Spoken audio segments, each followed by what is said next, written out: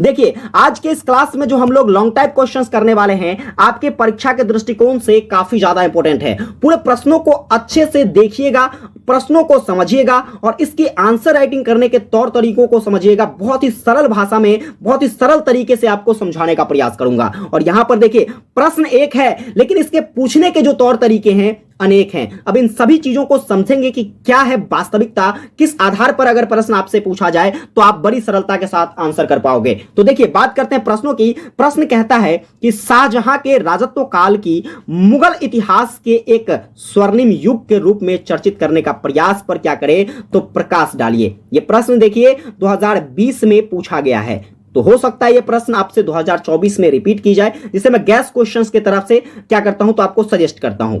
इसी प्रश्न को देखिए आपसे एक अलग तरीके से भी पूछा जा सकता है। क्या पूछा जा सकता है कि शाहजहां का जो युग था यह मुगल वास्तुकला का स्वर्णिम युग माना जाता है, इसकी विवेचना करें। इतना ही नहीं, अभी और देखिए इसी प्रश्न को एक और तरीके से पूछा जा सकता है। मैं अनेकों तरीके बताऊंगा ताकि आपको प्रश्न किसी भी तरीके से पूछ लिया जाए पेपर में तो आप छोड़ ना सको। ठीक है, देखो भाई साहब कहता है कि शाहजहां का जो काल था यह मुगल स्थापत्य का स्वर्ण काल था, इसको समझाना है। या फिर इसी को पूछा जा सकता है मुगल शासक शाहजहां के प्रमुख उपलब्धियों का क्या करे, वर्णन करे। तो उम्मीद करता हूं प्रश्न क्या कहता है ये चीजें आपको समझ में आ गई होगी। अब देखते हैं कि इसका आंसर हमें कैसे लिखना है। तो सारे प्रश्नों में आपने एक कॉमन चीजें देखा, क्या, तो शाहजहां। क्या देखा कॉमन, तो आपको देखने को मिला शाहजहां। तो चलिए हम लोग थोड़ा सा शाहजहां के ऐतिहासिक परिचय के बारे में जान लेते हैं कि आखिर शाहजहां का इतिहास से क्या नाता है। तो भाई शाहजहां जो था यह कहा जाए तो मुगल बादशाह के रूप में 5वें मुगल बादशाह थे। कितने नंबर के,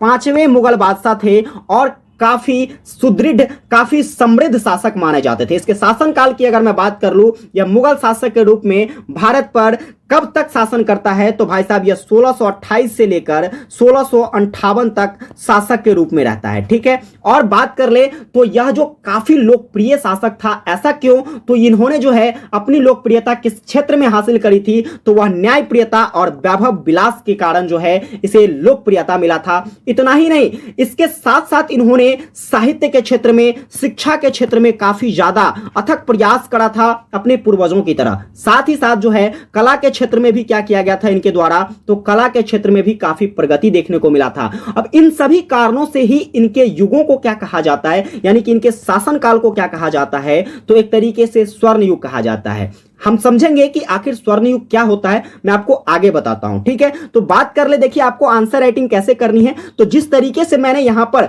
पॉइंट्स बनाया, आपको पेपर में वैसे ही पॉइंट्स बनाकर आंसर राइटिंग करनी है। शाहजहां 5वें मुगल बादशाह थे जिनका शासनकाल 1628 से लेकर 1658 ईस्वी तक रहा। शाहजहां अपनी न्यायप्रियता और वैभवशीलता के कारण क्या था, तो अपने काल में बड़े लोकप्रिय माने गए, किंतु इतिहास में उनका नाम केवल इसी कारण से नहीं लिया जाता है। एक तरीके से कहे तो शाहजहां का सबसे ज्यादा चर्चा अगर ऐतिहासिक दृष्टिकोण से करनी हो तो आप उसे एक सच्चे आशिक के रूप में कर सकते हो। आज के आशिक क्या कहते हैं, आज के आशिक कहते हैं भाई चांद तारे तेरे लिए तोड़ के लाऊंगा, लेकिन भाई साहब इसने क्या किया था, तो इसने अपने बेगम के याद में एक ऐतिहासिक स्थल, एक स्मारक स्थल का निर्माण करवा दिया जिसका नाम था ताजमहल। क्या नाम था भाई साहब, ताजमहल। और इसीलिए जो है इसे इतिहास में काफी ज्यादा चर्चित माने जाते हैं और इसीलिए लोग जो है इन्हें काफी ज्यादा चर्चे में मानते हैं। तो चलिए हम लोग समझते हैं कि आखिर हमें अगला पॉइंट्स क्या बनाकर लिखना है। तो शाहजहां का नाम जो है एक ऐसे आशिक के तौर पर लिया जाता है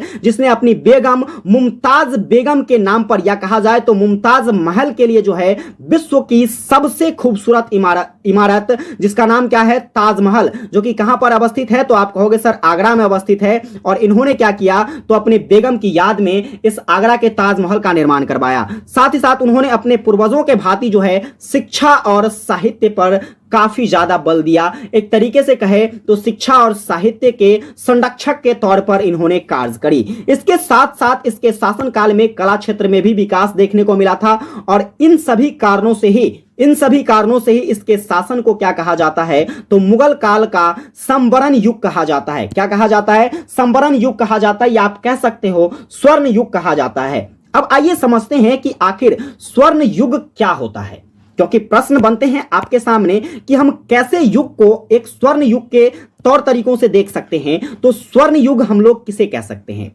स्वर्ण युग हम लोग वैसे युग को कहेंगे जिसमें राजनीतिक, आर्थिक, सामाजिक, सांस्कृतिक और धार्मिक, यानी कि कहा जाए तो हर क्षेत्रों में देखिए यहां पर सारे पॉइंट्स आ जाते हैं। पॉइंट्स क्या क्या आ जाता है, जैसे कि राजनीतिक क्षेत्र में, आर्थिक क्षेत्र में, सामाजिक क्षेत्र में, सांस्कृतिक क्षेत्र में, धार्मिक क्षेत्र में, हर एक क्षेत्र जहां पर क्या देखने को मिले तो पूर्ण रूपेण विकास देखने को मिले। हम ऐसे युगों को क्या कह सकते हैं, ऐसे कालों को, ऐसे शासन कालों को क्या कह सकते हैं, तो एक स्वर्ण शासन काल कह सकते हैं, एक स्वर्ण युग कह सकते हैं। प्रत्येक व्यक्ति को जिसमें क्या मिल सके तो सर्वांगीण विकास करने का अवसर मिल सके, जनता में सुख हो, शांति हो और सुरक्षा का वातावरण जो है यह लैस हो। ठीक है, कहने का मतलब कि सुरक्षा के वातावरण चारों तरफ छाए दिखे। इस तरीके से जो शासन काल रहा उस शासन काल को हम लोग किसके नाम से जानते हैं, तो भाई साहब स्वर्ण युग के नाम से जानते हैं, स्वर्ण शासन काल के नाम से जानते हैं। ये सारी बातें समझ में आ रही है। अब देखिए, अगर मैं शाहजहां के शासनकाल की बात करूं तो इन सभी दृष्टिकोण से, जैसे कि कहा जाए राजनीतिक दृष्टिकोण से या फिर आर्थिक दृष्टिकोण से या फिर सामाजिक दृष्टिकोण से, सांस्कृतिक या फिर धार्मिक दृष्टिकोण से अगर मैं बात करूं तो शाहजहां के शासनकाल का मूल्यांकन करने पर यह पता चलता है कि उनका जो है इस तौर तरीकों पर उनका शासनकाल जो है स्वर्ण युग नहीं कहा जा सकता है। केवल और केवल अगर मैं बात करूं तो उनका शासनकाल वास्तुकला के दृष्टिकोण से ही स्वर्ण युग कहा जा सकता है। क्योंकि वास्तुकला से क्यों, तो देखिए वास्तुकला की बात अगर मैं बताऊं तो पहले ही बताया है कि यह फेमस किसके लिए, ताजमहल के लिए। किसके लिए, ताजमहल के लिए। और ताजमहल एक वास्तुकला है। इतना ही नहीं, इसके साथ साथ इन्होंने लाल किला का निर्माण करवाया, जामा मस्जिद का निर्माण करवाया, इसके बाद मोती मस्जिद का निर्माण करवाया। तो देखिए काफी सारे ऐसे वास्तुकला जो कि प्रसिद्ध वास्तुकला है जिसका निर्माण किसके द्वारा, तो शाहजहां के द्वारा करवाया गया। तो हम इन दृष्टिकोण से यानी कि वास्तुकला के दृष्टिकोण से यह कह सकते हैं कि शाहजहां का जो शासनकाल था वह एक स्वर्ण युग था। अब देखिए कि ऐसा कहना, इसके लिए क्या कारण हो सकते हैं, इसकी यानी कि कहने का मतलब कि शाहजहां के जीवन की उपलब्धियां क्या हो सकती है। तो देखिए शाहजहां की जीवन की उपलब्धियों की अगर मैं बात करूं तो भाई साहब इनके शासनकाल में उच्च कोटि का प्रशासन व्यवस्था था। प्रशासन व्यवस्था कहने का मतलब कि सुरक्षा व्यवस्था जो थी यह काफी सुदृढ़ था, साथ में न्यायिक व्यवस्था जो थी यह काफी सुदृढ़ था। शाहजहां एक कुशल प्रशासन प्रबंधक था।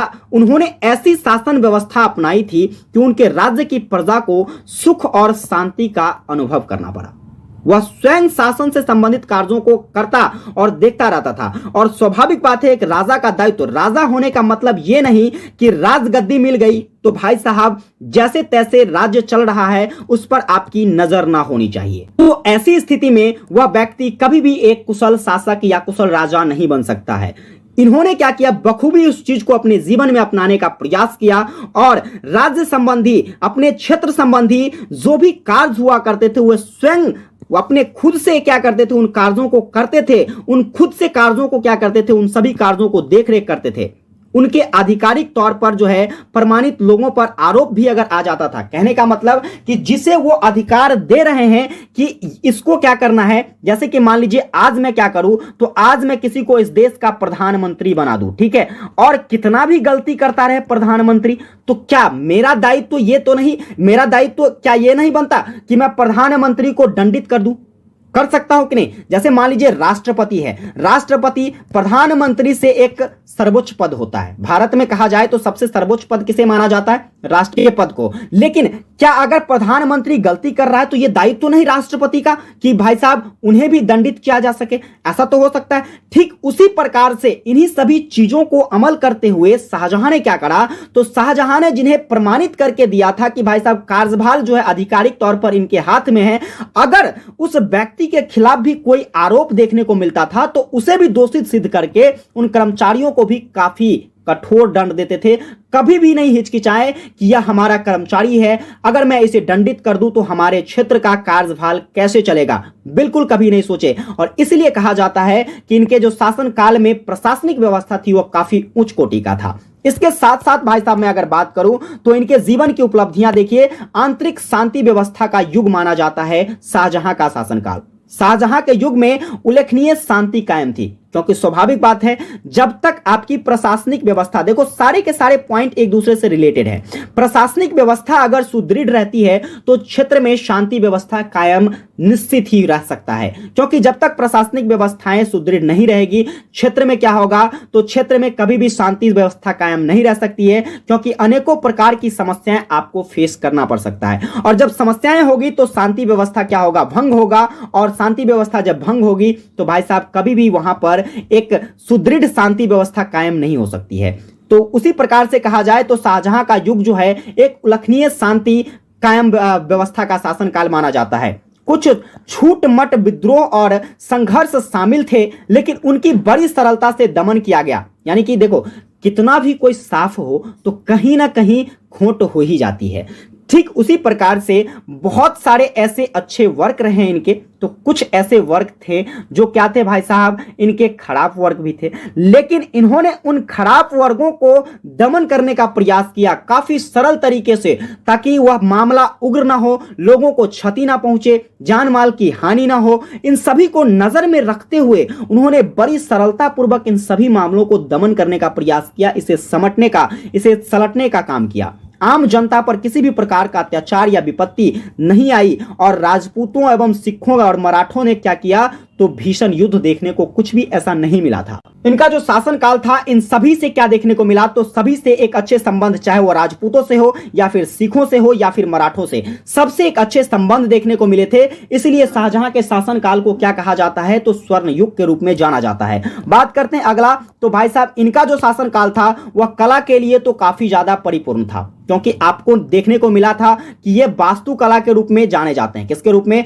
वास्तुकला के रूप में इनका शासनकाल जाना जाता है। तो कहीं ना कहीं इनके शासनकाल में जो है कला का काफी तेजी से प्रगति हुआ, और इसलिए इसके शासनकाल को कला के प्रगतिशील युग के रूप में भी जानते हैं। कौन कौन से कला, जैसे कि अगर मैं बात कर लूं तो इनके शासनकाल में जो है ललित कलाओं का साथ साथ अन्य कलाओं भी काफी अकल्पनीय विकासशील देखने को मिला था, जैसे कि साहित्यिक कला। साहित्यिक कला की अगर मैं बात करूं तो शाहजहां के काल में साहित्य का कोश अत्यंत समृद्ध था। इनके काल में बिहारी, केशव, मोतीराम जैसे कवि हुए, और जिन्होंने अपने मॉडल द्वारा साहित्य की प्रगति में महत्वपूर्ण योगदान दिया। साथ में बात करें तो चित्रकला एवं संगीत के क्षेत्रों में भी काफी ज्यादा विकास देखने को मिला, काफी ज्यादा प्रगति देखने को मिली। जैसे कि शाहजहां चित्रकला और संगीत का भी गहरा अनुरागी था।